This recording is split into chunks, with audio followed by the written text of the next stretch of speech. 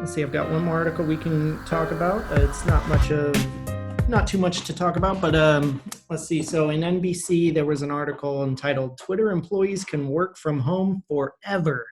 And so what it's looking at is just everybody staying from home, basically as a result of this coronavirus. And so they're just deciding to kind of run with it.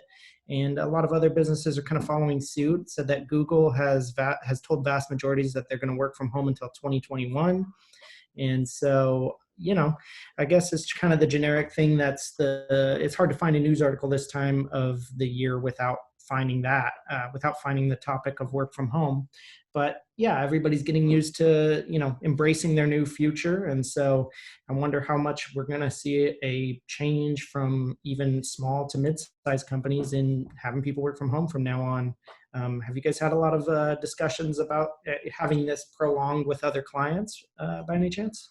Well, Charlie, I, for one, when I saw this article, was shocked that people from Twitter and Google were able to even work remotely. I mean, the type of services that they offer, I would have had no idea that they would be able to deliver that kind of thing remotely.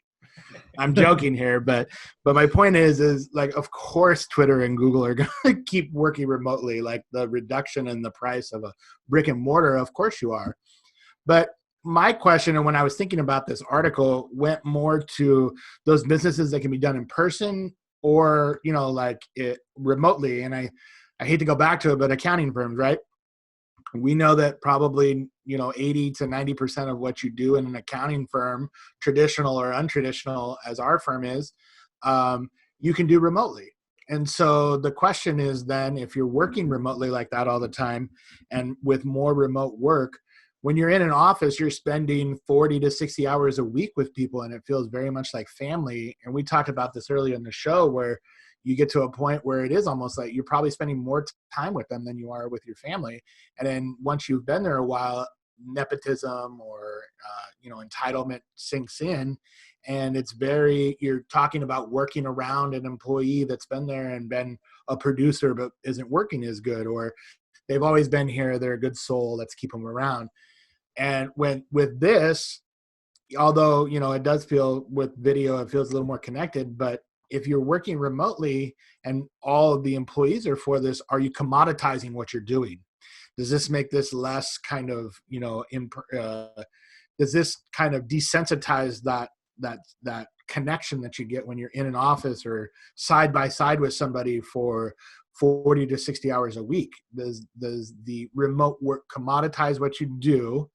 And then if they can find it elsewhere, if you're just a person behind a screen doing stuff, can they commoditize it out, I guess? And are we going to see service providers or things that can be done through Google and stuff kind of go the way of what manufacturing was, where they can outsource it to somebody somewhere else that can do it less expensive in a commoditized kind of way? And so I don't know. I don't know the answer to that.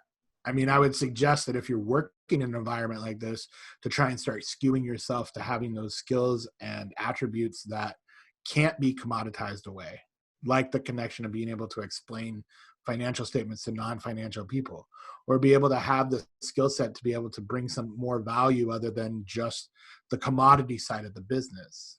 But I don't know. Maybe I'm off base here. 100%. And I think when you say commoditized, I think what you're saying, or what you mean, is that there are certain competitive advantages that businesses have had in the past, and we've taken advantage of that as well. One of those being geographical proximity, right?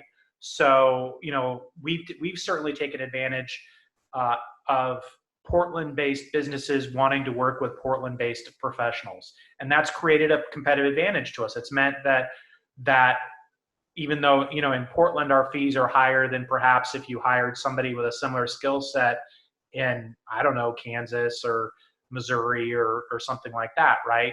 And so the fact that a client could work with us in person, face to face, we could have lunch with them, we could meet them for coffee, we could be in their office, that we created a competitive barrier with that, right? And so and I think that's what you mean, is that we're losing that advantage potentially, that as companies and people are now used to working this way, like we're having this podcast or this show, but also people work this way through Zoom, then it starts to erode at that advantage of being the hometown business, right? Of being there. And so definitely, we talked earlier about making pivots. That's something that's definitely been on my mind about our business is, well, what does that mean about the pivot? You know, how do I capitalize? How do I both deal with the fact that maybe I don't have that competitive advantage anymore, or it's not as important anymore? And how do I also take advantage of the fact that, well, that means other people in other locations don't have that. So maybe I can be competing in other places as well that maybe are more expensive than our particular location for cost of living and things like that. So I don't know if it's necessarily a bad thing that we're losing that competitive advantage, because when you break down what that competitive advantage is, I think I'm on the page of, I do romanticize the fact that I can have lunch with somebody, that I can have coffee with them. But when you start breaking it, when you really start unpacking it in more detail, I don't know if the other elements of it are really all that romantic, in the sense of, you know, we like to have somebody that we can look at them and make a first impression based on how they look and how they dressed and what their body language was. And, you know, and now maybe that's a little bit harder, that when we work with people in this fashion, we don't do that as much as we did before. Is that a bad thing? Maybe not. Maybe the fact that we are actually going to be more evaluating each other on our work product and on the actual skills that we deliver and on just the true utility of what we do, as opposed to how entertaining we are over the lunch hour. Maybe that's not a bad thing. So, and that's a pivot, right? It's like, well, whether I liked that you could get an advantage by presenting well over coffee or lunch, whether I liked it or not, it was a truth. And so we learned to play that game. But if that's no longer our truth, then maybe we start to pivot away from that. And I'm not sure that that is a bad thing or a good thing. I don't have a good read yet whether I feel that that's good or bad.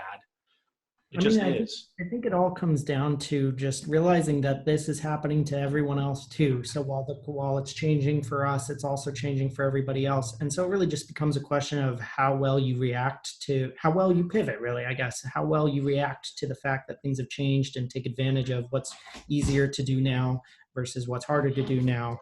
And so, yeah, I mean, that's easier said than done, but it seems like that's going to be the ultimate test, is how well people pivot. Yeah, and I think you'll really see like a consolidation of probably talent and like resources here, where you'll see like we've talked about before on this podcast, the pandemic or the crisis is the great accelerator of 2020. And so I think you're going to see a speed, or like a speed more towards what was eventually going to happen anyway, because it's not like video chat and moving away from more impersonal or in-person meetings and everything was far out on the time horizon there. I just think it's going to happen a lot quicker than it was before.